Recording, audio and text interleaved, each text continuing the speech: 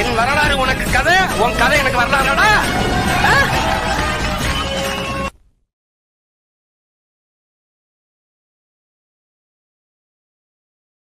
உலகெங்கும் பரவலம் தமிழர்கள் அனைவருக்கும் வணக்கம். இது வரலாறு வழியொலி. நான் செல்வகுமார். அனைவருக்கும் வணக்கம். நான் வரலாறு பூலோகம்.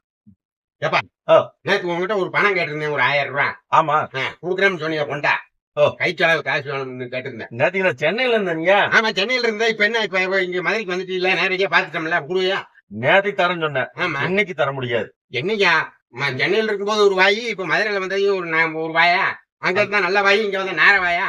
அது என்னையா மாவட்டம் விட்டு மாவட்டம் மாறினதுமே இப்படி நாய் வாய் மாதிரி எல்லாம் பூரா மாறி கிடக்குது உனக்கு. மாவட்டம் விட்டு மாவட்டம் மாதிரி கண்ணி இப்படி பேசுறீங்க.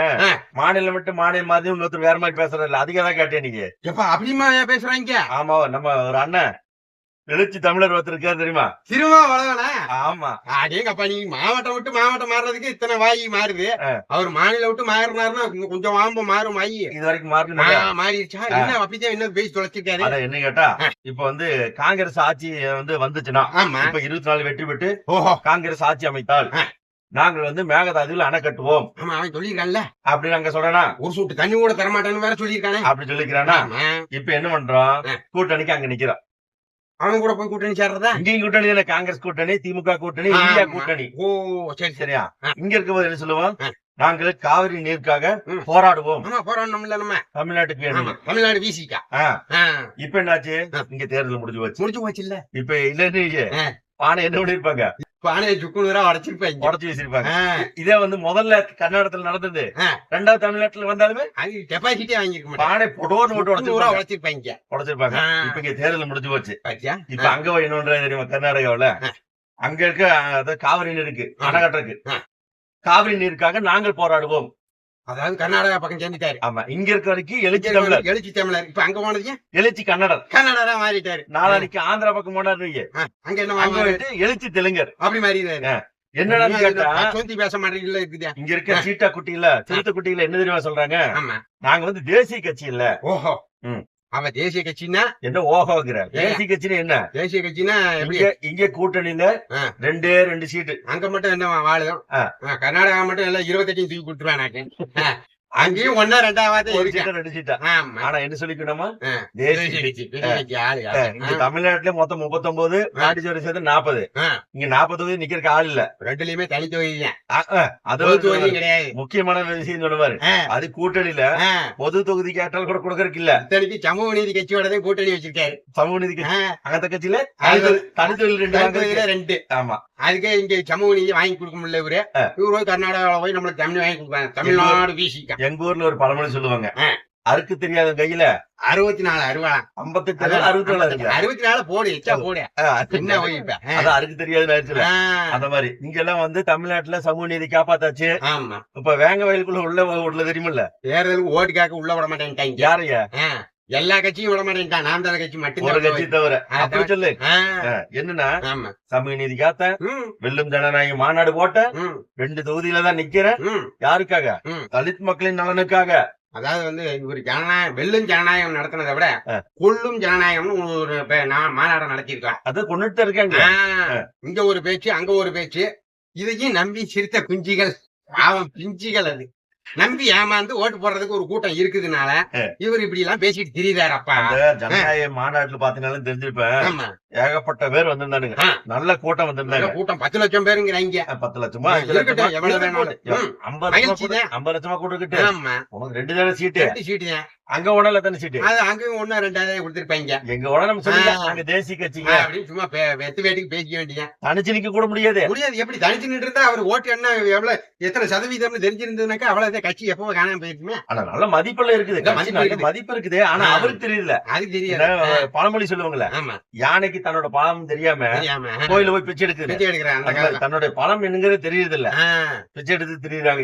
இங்க 2 சீட்டு, அங்க 2 சீட்டு. அந்த 2 சீட்டுக்காக எத்தனை குட்டிக்காரன் படிக்க வேண்டியது? இங்க ஒரு வாய், அங்க ஒரு வாய்.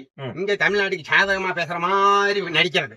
இப்ப அங்க போய் கர்நாடகனுக்கு தகுந்த மாதிரி நடிக்கிறது. இப்ப அங்க 2 சீட்டு ஜெயிச்சிருவாங்கங்கிறியா? எங்க ஜெயிக்கிறது? இப்படி பேசிட்டு தெரிஞ்சா எப்படி ஆகுறது? ஏன்டா தமிழ்நாட்டுல அப்படி பேசுவேன், இங்க வந்து இப்படி பேசுவேன், அவங்களுக்கு கொஞ்சமாவது உரைக்கும் இல்ல. ஆமா, ஏன்னா அந்த மண்ணை அவன் தான் ஆள்றேன், இங்க கட்டவன்ல ஆடுறதுனால என்ன வேணாலும் பேசிட்டு தெரியல. அங்க சரியா சொன்னாங்க. ஏன்னு கேட்டா அங்க ஏமாற மாட்டான், தமிழ்நாட்டுல ஏமாந்துறான்ல. அதனாலதான் நம்ம சொல்றது. அதனால அவரு அப்படியே பதவியும் சுகத்தை அனுபவிச்சுட்டு அப்படியே ஜம்முன்னு ஜாலியா வாழ்ந்துட்டு இருக்காரு. அவரு பின்னாடி போறவன் எல்லாம் எப்படி கூஜா தூக்கிட்டு ஆய வேண்டியதான். எங்க தலைவரு வேங்கவேல நீதி கிடைக்கல. ஆமா, என்ன அதுக்குள்ள இங்க அங்க போய் அறுக்கு போயாச்சு. எனக்கு ஒரு வேலை கர்நாடகாரன் கூட சேர்ந்துக்கிட்டு தண்ணி தர வேணாம்ட்டாருன்னு வைய. அப்ப இங்க வீசிக்கா தமிழ்நாடு வீசிக்காலாம் என்ன தண்ணி குடிக்கிறதுக்கு மேல மூத்திரம் குடிப்பாங்களா? குடிச்சா குடிப்பானியா? என்னைக்கா ஒரு கட்சி தலைவர் பேசுவாங்க. ஒரு கட்சியில அது என்ன செஞ்சாலும் சரி நம்ம முட்டு கொடுக்கணும்னு இருந்தாங்கன்னா இன்னொரு ஸ்பெஷலிஸ்ட் என்னன்னு கேளு. முதல்ல ஏற்கனவே இந்த காங்கிரஸ், அதாவது வந்து திருமாவளவனே சொன்னதுங்க, அதாவது எந்த சூழ்நிலையிலும் எந்த காலத்திலும் இந்த காங்கிரஸ் கட்சியோடு பிசிகா ஒருபோதும் தொடர்பு வைத்துக் கொள்ளாது அப்படின்னு எல்லாம் பேசினவரு. காங்கிரஸ் கட்சியோட இப்பமா அந்த வார்த்தை காப்பாத்திக்கிறாரு. ஏன் சொல்லு, இந்திய கூட்டணியில் இருக்கிறாரு. காங்கிரஸ் கூட்டணி இந்தியா கூட்டணி. ஓ, அப்படி எடுத்துக்கிறோம். நம்ம எப்படி வேணாலும் சொல்லுவாங்க ஐயா. அவருக்கு மாதிரி திரும்பறது யாருக்கும் திரும்பாது ஓடுறது. என்ன இதுல இந்த சீட்டா குட்டிங்க சிறுத்தை குட்டி எப்படி எப்படி எல்லாம் பேசுவாங்க. அது என்னன்னா நேரத்துக்கு தகுந்த மாதிரி பேசுறது இவரு எல்லாம் விட்டுருவாங்க. மத்தவங்க எல்லாம் சொல்லி குறை சொல்லிட்டு. ஆமா, அவங்கள மாற மாதிரி மக்கள் நல கூட்டணின்னு ஒண்ணு போட்டீங்க. பாவம் ஒரு மனுஷன் போய் கொண்டுட்டீங்க. அப்புறம் மீதி 4 பேரும் சேர்ந்து இந்த 4 பேர் கிளம்பி இங்க வந்து சேர்ந்தாங்க. அதிமுக போனா அங்கேயே முடிஞ்சு போச்சு. இப்ப இங்க வந்து நின்னுட்டு ஏதாவது சொன்ன இடத்துல என்ன சொன்ன, திராவிட கட்சியோட கூட்டணி இல்லைன்னு சொன்ன, காங்கிரஸ் கட்சியோட கூட்டணி இல்லை, எங்கப்பா இருக்கிறீங்க? எல்லாம் போய் அதுக்குள்ளேதான் பேர் மாத்திக்குவாங்க, இந்தியா கூட்டணி இந்த மாதிரி எல்லாம் பேர சொல்லிட்டு இது ஒரு வாழ்க்கை. அப்படியே நம்ம அரசியல் தலைவரே அரசியல்வாதி மாதிரி அப்படியே தைரியம் நினைக்கிறேன்.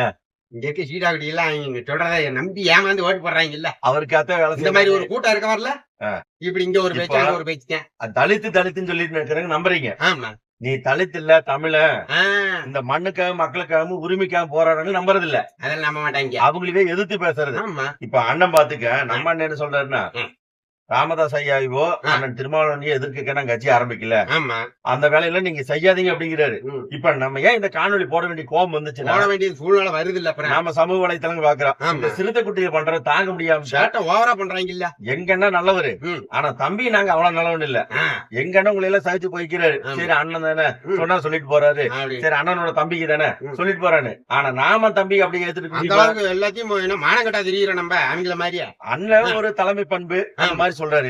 இப்ப இதே சீட்டா குட்டிகளுக்கு பாமகவுக்குமே அந்த கட்சியினுடைய தலைவர்கள் இந்த மாதிரி அந்த கட்சியில பேசாதீங்க, நம்ம கருத்துக்கு தான் முதல்ல விமர்சிக்காம பேசுங்கன்னு நம்மளால சொல்லி தராரு. விமர்சிங்க, எப்படி விமர்சிங்க, தனி மனித கருத்து விட்டுருங்க, அவருடைய கருத்துக்கு விமர்சனம் பண்ணுங்க. நாகரிகமா இருக்கணுமா இல்லையா?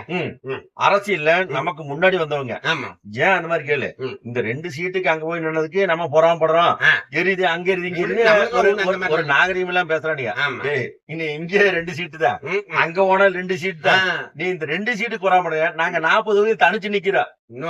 எப்படி 20 ஆண்கள் 20 பெண்கள் அனைத்து சமூகத்தையும் சேர்ந்து, சரியா, இந்து முஸ்லிம் கிறிஸ்டின் ஆணு பெண்ணு இந்த கவுண்டர் வேளாளர் அப்படி எல்லா சமூகத்தையும் சேர்த்து தமிழனா நிக்கிறாங்க.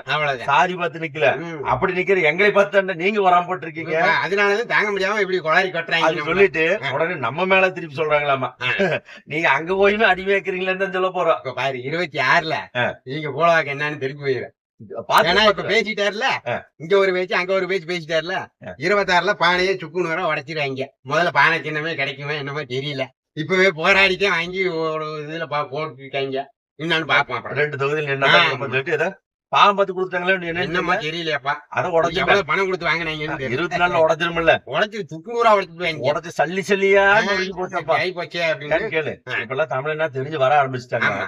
இவங்க சந்தர்ப்பவாதி, சரியா, சந்தர்ப்பவாதி சாதிய கட்சின்னு சொல்லிட்டாங்கப்பா. சாதி கட்சி? ஆமா, அப்புறம் என்ன என்னைய சொல்றேன், தலித்துனா அப்புறம் ஜாதிய கட்சி தானே. இவரு ஒரு ஜாதி கட்சி, ராமதாஸ் ஒரு ஜாதிய கட்சிங்கிற மாதிரி கட்டமைப்பு சாதி கட்சியை முடிச்சுட்டு அப்படிதான் ஆகி போச்சு. இப்ப எழுச்சி தமிழர் போய் எழுச்சி தமிழர் எல்லாம் ஒண்ணும் கிடையாது. இப்ப அவர் எழுச்சி கன்னடாரா எழுச்சி தெலுங்குறா என்னன்னு அவருக்கே இப்ப தெரியல. அந்த நிலைமையில போய்கிட்டு இருக்காரு. அவருக்கு முன்னாடி நாங்களும் தமிழர்னு போனா கிளுக்குன்னு இருக்கோம்.